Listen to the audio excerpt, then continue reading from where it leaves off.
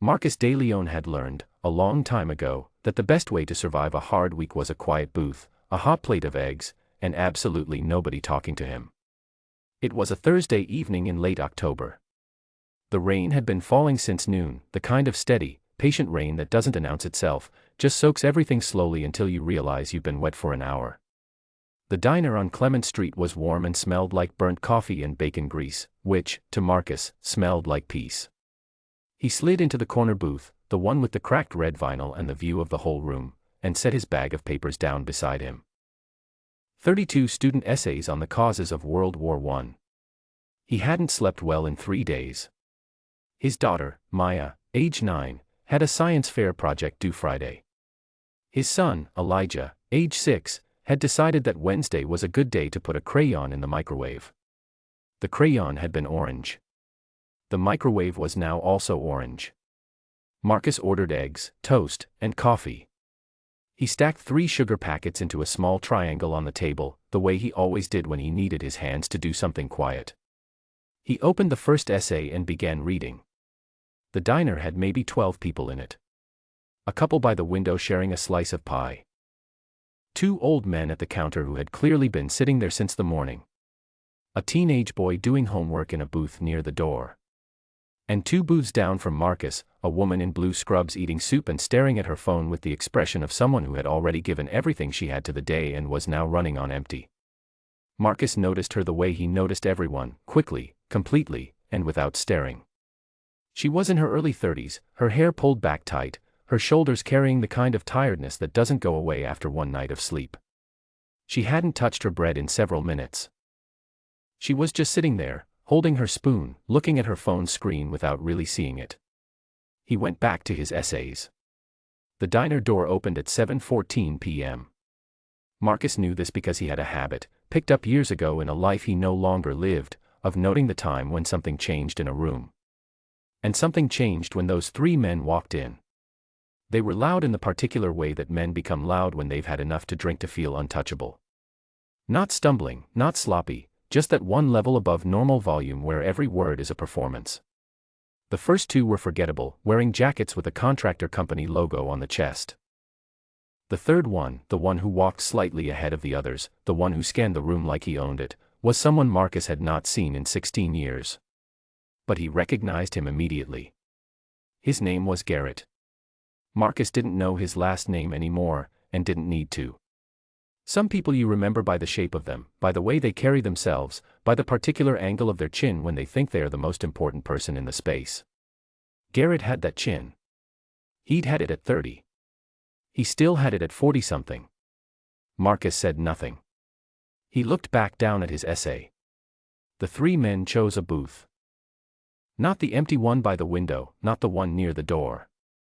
The one right beside the woman in scrubs. Marcus heard the scrape of vinyl as they settled in. He heard them order burgers and beers.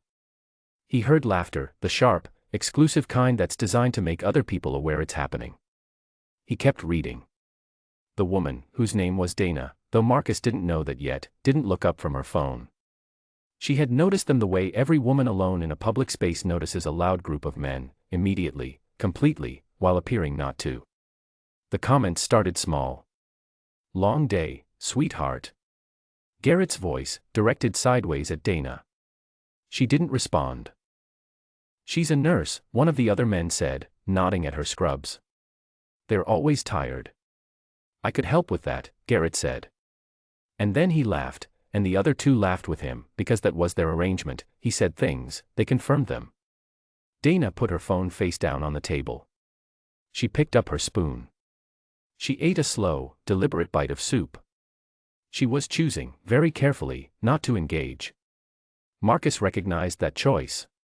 He had seen it before in people who had learned that engaging with a certain kind of person only gives them more to work with. But Garrett was not the kind of man who accepted being ignored. What's the matter? We're just being friendly. He leaned his arm onto the back of her booth, not touching her, but close enough to make the point. You work in a hospital, right? You must be good with people. Dana set her spoon down. She looked at him. Her voice was calm and flat, the voice of a person who has had hard conversations with difficult people in much higher pressure rooms than this. "I'd like to eat my dinner. Please leave me alone." Garrett smiled. It was the smile of a man who had just been given more to play with. "Please," he repeated, mocking her politeness back at her. His friends thought this was very funny. The diner had gone quiet. Not completely, the couple by the window were still talking, the old men at the counter were still murmuring, but the booths nearby had gone still. The teenage boy near the door had stopped writing. The waitress behind the counter was refilling a coffee pot very slowly. Nobody moved. Marcus put down his pen. He did not feel anger, exactly. Anger was something he'd spent years learning to convert into something more useful. What he felt was simpler and older than anger. It was the thing that had made him step forward his whole life, even when stepping forward cost him. Even when stepping forward cost him a great deal. He picked up his coffee mug. He stood up. He walked over to their table, not fast, not slow, and set his mug down on the edge of it with a quiet, definitive sound. 3 heads turned. Marcus looked at Garrett and said, very calmly, "She asked you to stop." That was all. Garrett stared at him. And in the first half-second, his face was arranging itself into its default setting, the smirk, the dismissal, the performance for his friends. Then something shifted. The smirk came and stopped halfway. His eyes moved across Marcus's face with the careful, recalculating look of a man searching a room he thought was familiar and finding a piece of furniture he didn't expect. He knew Marcus. He just needed a moment to find where he'd stored that particular memory. Marcus waited. He was good at waiting. "I know you," Garrett said slowly. "You do," Marcus said. The two friends looked between them, suddenly less sure of the evening than they had been 30 seconds ago. Here is what Marcus was remembering, standing there with his coffee mug. He was 22 years old and it was not a diner in October. It was a base in a dry, flat country very far from this one, and it was June, and the heat was the kind of heat that makes everything feel unreal. Garrett was a private contractor at the time, one of the civilians who lived on the edge of military life, with just enough authority to cause trouble and just enough distance from the rules to avoid consequences. He was the kind of man who had learned early that systems could be navigated if you knew the right people, and that the right people almost always chose comfort over confrontation. Marcus had been 22 and had not yet learned to convert what he felt into something useful. He had just felt it, raw and clear, when he saw what Garrett did to a younger soldier, a quiet kid named Terrence from Alabama, who had made the mistake of filing a complaint about missing equipment that Garrett was responsible for. The details of what followed were not dramatic. They were just ugly. The way Garrett handled it. The way the people above him handled it, which is to say, they didn't. Marcus had filed a report. He had been the only one to file a report. It had not gone well for Marcus. Not at first, anyway. It had cost him a recommendation, a posting he'd wanted, 6 months of tension with people who found his honesty inconvenient. But Terrence had kept his record clean. And eventually, quietly, Garrett had been removed from the base. Not punished, removed. The way systems often deal with their problems. Marcus had never seen him again. Until now. "Clement Street Diner," Garrett said, like he was trying to place a word in a language he'd half forgotten. And then something moved behind his eyes, not quite shame, because men like Garrett didn't carry shame easily. But something adjacent to it. Recognition. The particular discomfort of being seen by someone who knows what they saw. Marcus didn't say Garrett's name. He didn't reference anything from the past. He simply held eye contact and said, still in that same quiet voice, "The lady asked you to leave her alone." "I'm asking the same thing." Garrett's jaw moved. He looked at his friends, then back at Marcus, then at the table. The performance, Marcus knew, required an audience that was still on his side. He could see the calculation happening in real time, whether to escalate, whether to push, what this would look like, what it would cost. One of the other men put his hand flat on the table and spoke for the first time in a normal, unperformed voice. "Come on, Garrett. Let's just eat." Garrett said nothing for a long moment. Then he sat back. He picked up his menu. He looked at it. Marcus picked up his coffee mug. He walked back to his booth. He sat down. He picked up his pen and found his place on the essay he had been reading. The diner breathed again, not dramatically, not with applause or released tension you could point to, but the way a room does when something has passed.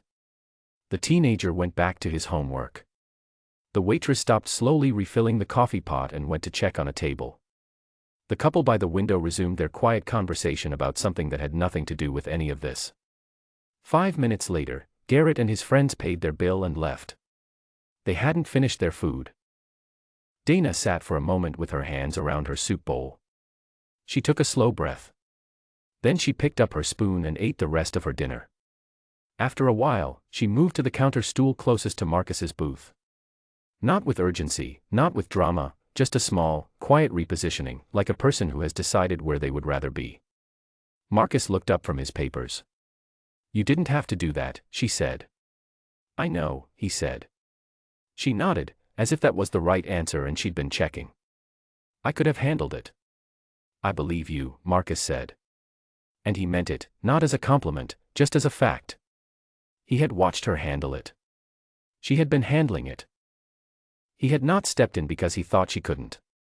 He had stepped in because it was wrong, and he was there, and those were the only 2 reasons a person ever needed. Dana looked at the stack of papers beside him. "Are those what I think they are?" "Essays on the causes of World War I, he said. "From 16-year-olds who would like to be anywhere other than my class." She almost smiled. It came and went quickly, but it was real. "What do they think caused it?" One of them wrote, and I am quoting directly, "Everything was fine and then it wasn't." Dana looked at him.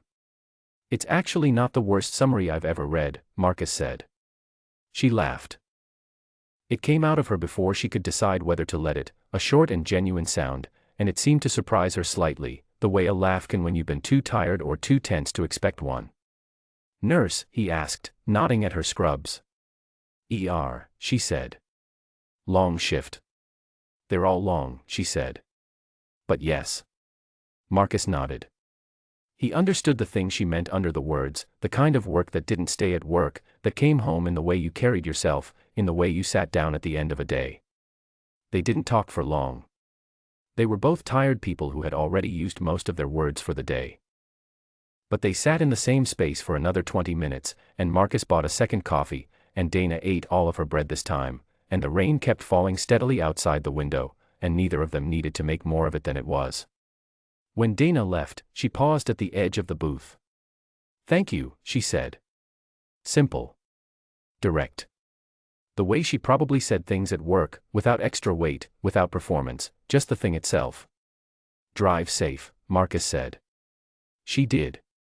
Marcus stayed another 30 minutes. He finished 7 essays. He left a generous tip because the waitress had been refilling his coffee without being asked all evening and had clearly had her own difficult night. He pulled his jacket on and stepped out into the rain. The drive home was quiet.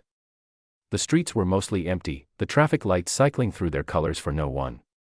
Marcus drove with the radio off, the way he usually did when he needed to think, or, more specifically, when he needed to stop thinking and just let things settle. He pulled into his driveway at 9:20 p.m. The lights were off, which meant his sister, who watched the kids on Thursday evenings, had already gotten them to bed. He sat in the car for a moment, listening to the rain on the roof. He thought about Garrett's face in that moment of recognition. The way the performance had cracked just slightly at the edges. Not collapsed, men like Garrett didn't collapse easily, but bent. Marcus didn't feel satisfaction in it, exactly. He felt something quieter. The sense that the past was not always just something you carried. Sometimes it was also something that showed up at the table next to you and reminded you that the choices you made years ago had been real, had mattered, even when it hadn't felt like it in the moment. He thought about Terrence from Alabama, who he hadn't thought about in years. He wondered what he was doing now. Whether he had finished his service, whether he had gone home, whether he had a family. He hoped so. Marcus went inside. He locked the door. He checked on Maya first. She was asleep with her science fair poster half finished on the floor beside her bed, covered in drawings of the water cycle. He picked it up carefully and set it on her desk. He checked on Elijah, who was asleep on his back with both arms stretched out above his head, the way he always slept, taking up as much space as possible even in his sleep. Marcus stood in the doorway for a moment, looking at him. He went to the kitchen. He opened the refrigerator and stood there for a long time, not looking for anything in particular, just letting the cool air hit his face. He thought about how he had gone to that diner specifically to be left alone. He thought about how none of what happened had been planned, had been chosen, had been anything other than what it was: a Thursday evening, a tired man, a wrong table, a woman who deserved to eat her soup in peace. He thought about Dana's laugh. The way it had come out before she was ready for it. He closed the refrigerator. He filled a glass of water and drank it standing at the sink, looking out the window at the rain coming down in the backyard. The orange tree his wife had planted the year before she got sick was still out there, darker than the rest of the yard. It always held more water than anything else in the garden. He'd never understood why. He'd never had the heart to ask anyone. His father had been the kind of man who looked away. Not a bad man, Marcus had understood that, as an adult, just a man who had convinced himself that looking away was the same as keeping the peace. That not getting involved was a kind of wisdom. Marcus had watched him do it his whole childhood, and he had made a quiet decision somewhere along the way that he would not be that. He didn't need to be a hero. He didn't need applause or recognition or even gratitude, though Dana's simple thank you had landed in him somewhere clean and honest. He just needed to be someone his kids could look at and know, without being told, what it looked like to be a person in the world. He set the glass in the sink. He turned off the kitchen light. He went to bed. Outside, the rain continued falling, patient and steady, soaking everything slowly, the way it had been doing all day, the way it always did, not asking for attention, not making promises, just doing the quiet, necessary work of being exactly what it was.